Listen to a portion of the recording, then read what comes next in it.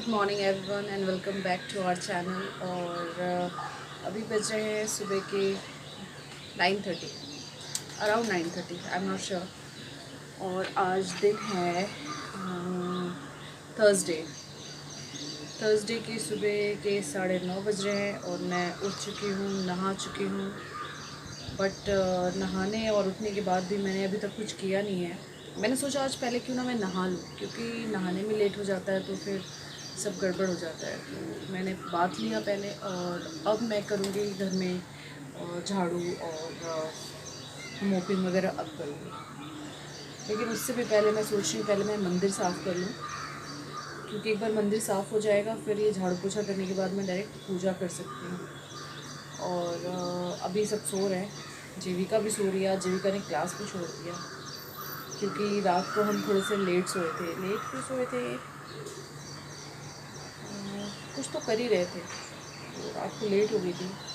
और अभी मैंने 2-4 बार उसको उठाया तो उठी नहीं, फिर मैंने छोड़ दिया। मैंने बोला चलो जाने दो, कभी कभी जाने देना चाहिए।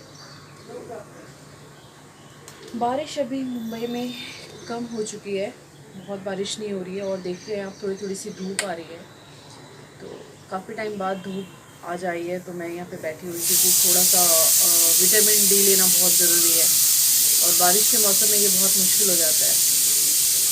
तो मैंने सोचा कि 5 मिनट में धूप में बैठ जाऊँ और आप लोगों से बात भी कर लूँ। और आपके सवाल होंगे कि ब्लॉग क्यों नहीं आ रहा है, तो ब्लॉग बस वही है, किसी न किसी चीज़ में बिज़ी रह रही हूँ।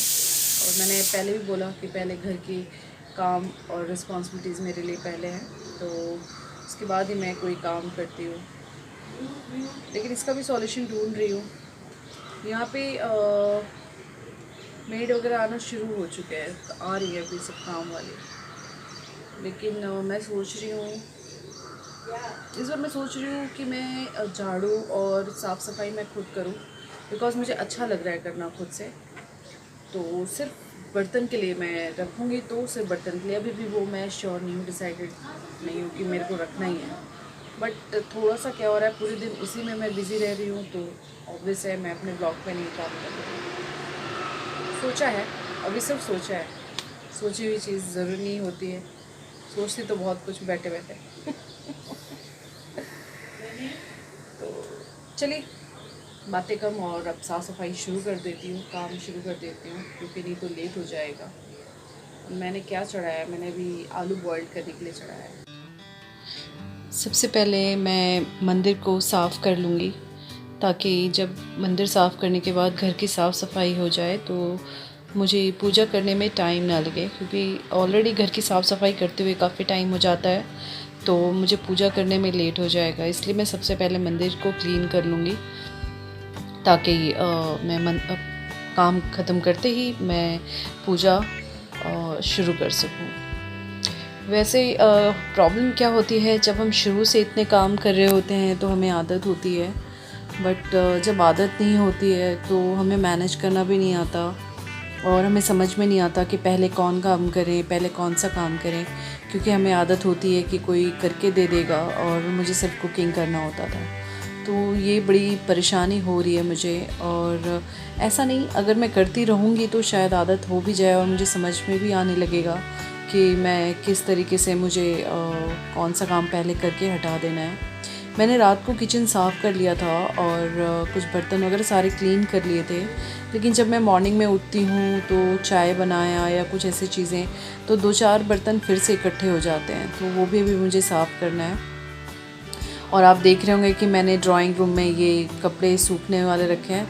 तो प्रॉब्लम ये है कि मुंबई में नॉन स्टॉप बारिश होती है, जो मुंबई के हैं उनको ये प्रॉब्लम अच्छे से मालूम है।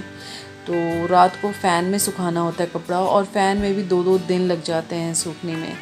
तो मैं ट्राई कर रही हूँ कि कुछ कपड़े सूख गए हैं तो वहाँ से हटा दूँ, ताकि बाकी के कपड़े आराम से सूख पाएँ। लेकिन जिसको भी मैं टच कर रही हूँ मोस्टली कपड़े अभी भी सूखे नहीं हैं ठीक से। और अगर मैं हल्की भी, अगर कपड़े हल्के भी गीले हों और आप फ़ोल्ड करके रख दो तो फिर स्मेल आने लगेगी, जो कि अच्छी वाली स्मेल नहीं होती है। तो मैंने सोचा कि क्यों ना पहले अच्छे से सूखने दे दूँ। तो ये स्टैंड मेरे बड़े काम का है, और ये जो स्टैंड है मेरी बड़ी सिस्टर ने मुझे गिफ्ट किया था।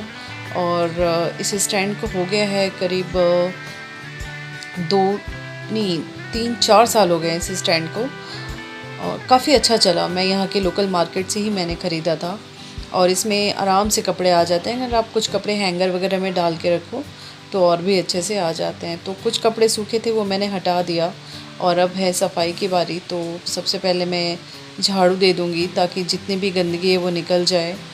और जब अगर आप झाड़ू क्लीन से अच्छे से नहीं दोगे, कचरा अच्छे से नहीं निकालोगे, तो जब आप मोपिंग या फिर पोछा जैसे भी आप कर रहे हैं ना, तो उसमें बड़ी प्रॉब्लम हो जाती है।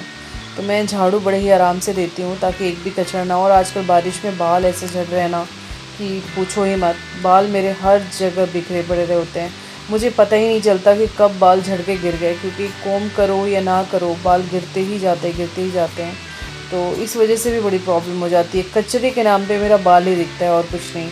अदरवाइज़ इतना कचरा नहीं होता है घर में।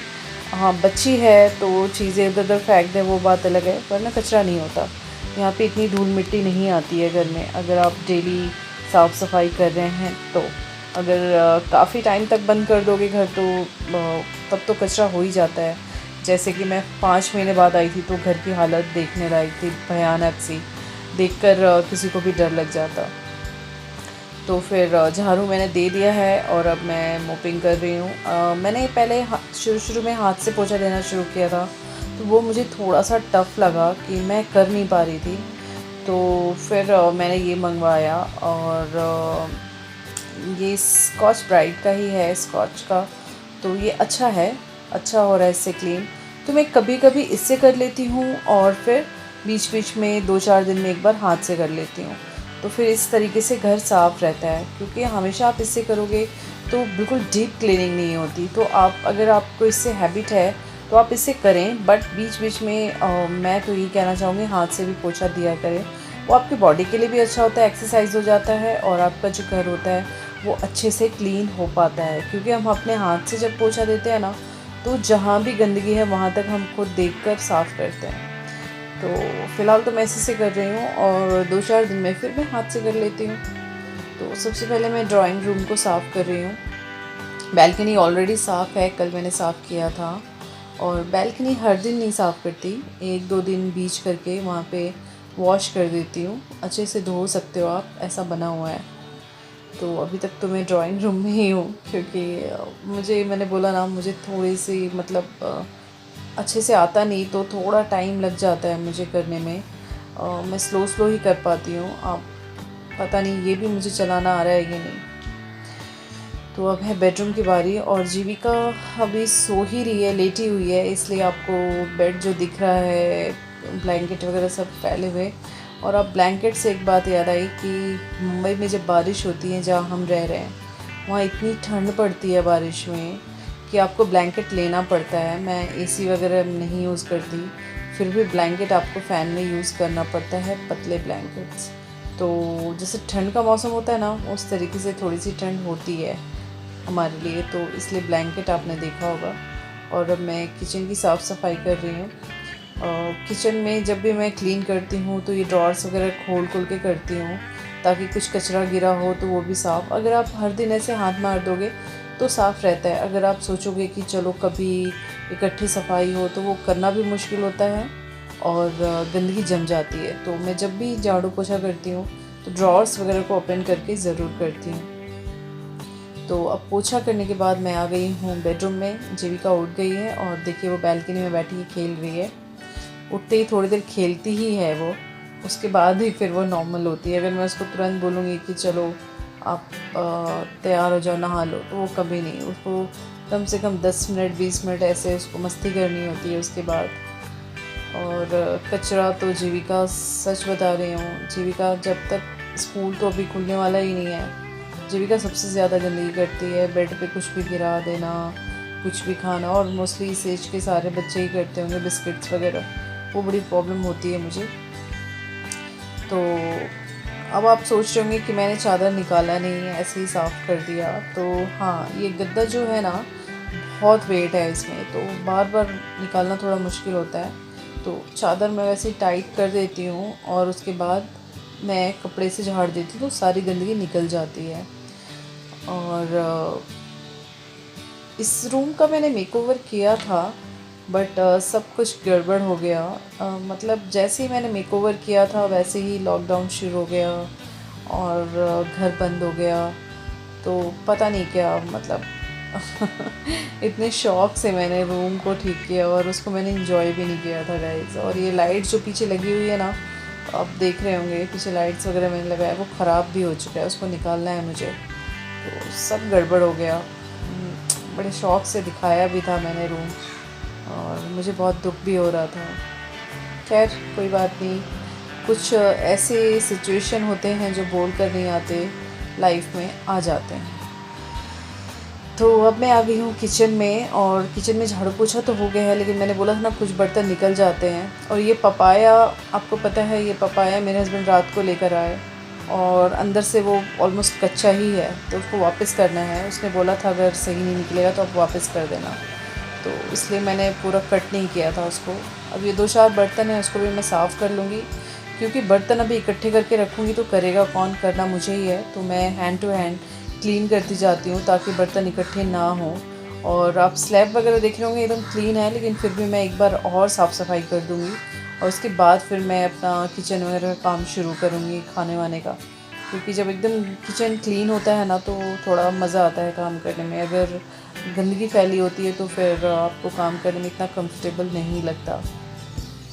तो रात को ही मैंने गैस वगैरह साफ़ कर दिया था, तो बस हल्का सा मुझे पोंछना ही है और इसलिए मैं उसको पोंछ रही हूँ, ना कि बहुत ज़्यादा डीप क्लीनिंग कर रही हूँ कुछ। और आप तुरंत अगर आप चूल्हे वगैरह को साफ़ करते रहते हो या स्लैब वगैरह को, तो वो इतनी गंदगी होती भी नहीं है। आप देख लीजिए कहीं भी गंदगी नज़र पहले भी नहीं आ रही थी।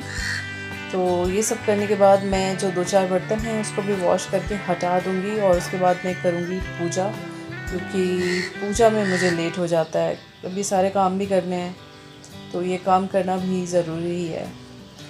और लॉकडाउन में मोस्टली सभी औरतों के साथ यही प्रॉब्लम हो रही होगी। सुबह उठ के इतने सारे काम होते होंगे, रात को सोने तक काम ही नहीं ख़त्म होता। और ठीक है, बट कोई बात नहीं, आपका घर है, करना पड़ता है। हम नहीं करेंगे तो कौन करेगा? हस्बैंड होते हैं, कर देते हैं हेल्प, लेकिन उनको आप मतलब रेगुलरली तो काम नहीं करा सकते ना। उनकी मर्ज़ी है, कभी कर लिया तो बहुत बड़ी बात होती है। बट मैं रेगुलरली ये उम्मीद नहीं करती कि मेरे हस्बैंड काम करें और वो मेरी हेल्प करें ही करें, ऐसा नहीं है। मुझे अपना काम खुद करना पसंद है।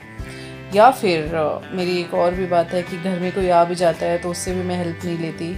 मुझे लगता है कि कोई आया है अपने घर से तो ऑलरेडी अपने घर पे काम करके ही आया होगा, फिर उसको आप काम में लगा दो अपने घर में, तो अच्छा नहीं लगता। तो मैं हमेशा कोशिश करती हूँ कि मैं सबको मेरे घर पे कोई भी है तो मैं उसको आराम ही दूँ, ताकि उसे ये ना लगे कि वहाँ पे आए और वहाँ पे मैं काम कर रही हूँ। तो यही बात है। यहाँ पे मैंने थोड़ा सा वॉश कर लिया ताकि बर्तन जो 2-4 हैं धोकर वहाँ पे मैं पलट कर रख सकूँ, ताकि पानी अच्छे से निकल जाए। नहीं तो फिर आप स्टैंड में डालते हो या कहीं भी तो फिर वहाँ पे गीले हो जाते हैं। और अभी बारिश में पानी की प्रॉब्लम नहीं हो रही है, वरना मुंबई में पानी की प्रॉब्लम हो जाती है। कभी भी पानी चला जाता है फिर वापस आता है। 24 आवर्स पानी आते हैं, बट कभी कभी ये प्रॉब्लम हो जाती है गर्मियों में। तो ये दिक्कत तो है अभी फ़िलहाल। और बर्तन साफ़ करने के बाद मैं वापस एक बार हाथ मार दे रही हूँ ताकि जो भी गंदगी हो वो क्लीन हो जाए। सिंक को भी क्लीन रखना बहुत ज़रूरी है आपके हेल्थ के लिए। आप अगर उसी में बार बार बर्तन वॉश करते जाओ और हैंड टू हैंड आप अपने सिंक को क्लीन नहीं रखते तो फिर वहाँ पे कॉकरोचेज़ और ये सब इकट्ठे हो जाते हैं। तो देखिए किचन भी हो गया है क्लीन, आपको कहीं भी गंदगी नज़र नहीं आ रही होगी। बिल्कुल घर साफ़ सुथरा हो गया है। तो अब मैं हैंड वॉश कर लिया मैंने और मैं आ गई अब पूजा करने के लिए। अब पूजा करने के बाद मेरा ये साफ़ सफाई का जो काम है वो ख़त्म हो जाएगा और उसके बाद फिर मेरा आगे का काम शुरू होगा। ख़त्म तो बिल्कुल नहीं बोल सकते हैं, ये जो वक्त होता है वो काम ख़त्म नहीं होता है बल्कि काम शुरू होता है। और ख़त्म तो रात को ही जाकर काम ख़त्म होता है, तो काम ख़त्म नहीं कह सकते। बट हाँ, कुछ काम मेरे फिनिश हो जाएंगे, फिर आगे के काम को मैं करूँगी शुरू। तो आई होप कि आज का व्लॉग आप लोग को पसंद आया होगा, और पसंद आया होगा तो लाइक शेयर और सब्सक्राइब करना ना भूलें अगर हमारे चैनल पे आप नए आए हैं। और अगर आप पुराने चैनल को नहीं जानते हैं तो पुराने चैनल को भी विज़िट करें, इंडियन यूट्यूबर जतिन को, जिसका लिंक डिस्क्रिप्शन बॉक्स में होगा। आप वहां से जाकर सब्सक्राइब कर सकते हैं। उसमें काफ़ी इंटरेस्टिंग वीडियोस हैं जो आपको बहुत ही अच्छा लगेगा। तो नेक्स्ट व्लॉग में फिर मैं आप लोगों से मिलती हूँ। आप लोग खुश रहें, हेल्दी रहें, आपको सारी खुशियाँ मिले क्योंकि आप डिज़र्व करते हैं। Bye bye.